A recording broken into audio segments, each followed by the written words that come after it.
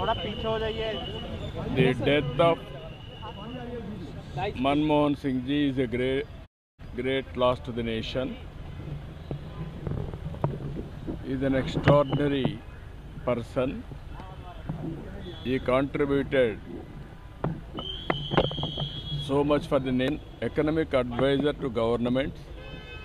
Then he became Planning Commission, UGC chairman. All these academic institutions he held very efficiently. Then finally he became finance minister and also prime minister of this great country. He brought so many reforms during that time. Everybody is aware economic reforms. That is the direction he has gone for this great nation. Apart from that, as prime minister, he created excellent public policies, right to information, right to employment, that is NREGA, and also right to education, and also Aadhaar. These are all the landmark public policies he created, which are all useful either today and tomorrow also. Again, the loss for the country is huge, sometimes destiny.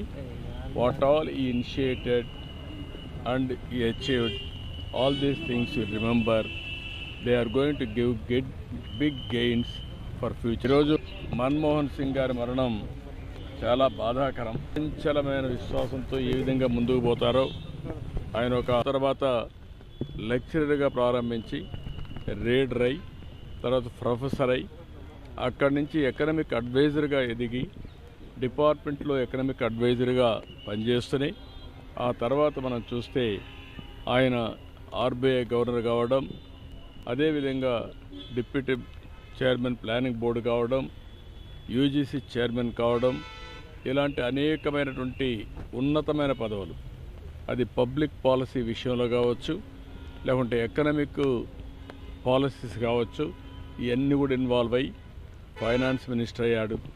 Finance minister అయినప్పుడు ఈ దేశంలో మన కొత్త ఆర్థిక పరిస్థితి అందరూ చూశారు.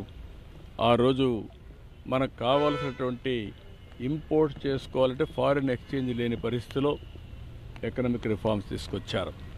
ఒక దిశ నిర్దేశించారు.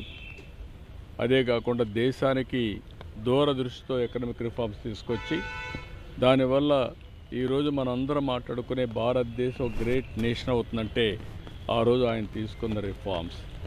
ఆయన ప్రధానమంత్రిగా మీరు చూస్తే అతి ముఖ్యమైనటువంటి 4 పబ్లిక్ పాలసీ తీసుకొచ్చాడు.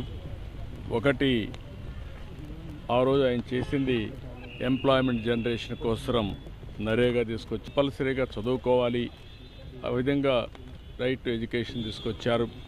ఈరోజు యుఏఐడి కింద ఆధార్ ఏదైతే అథెంటికేషన్ ఉందో అంటే అది ఒక పెద్ద అసెట్గా చేయగలిగారు. ఇలాంటి వినూత్నమైన పాలసీలు తీసుకొచ్చిన వ్యక్తి మన్మోహన్ సింగ్ గారు. ఎవరికి కూడా ఈ గౌరవం దక్కదు.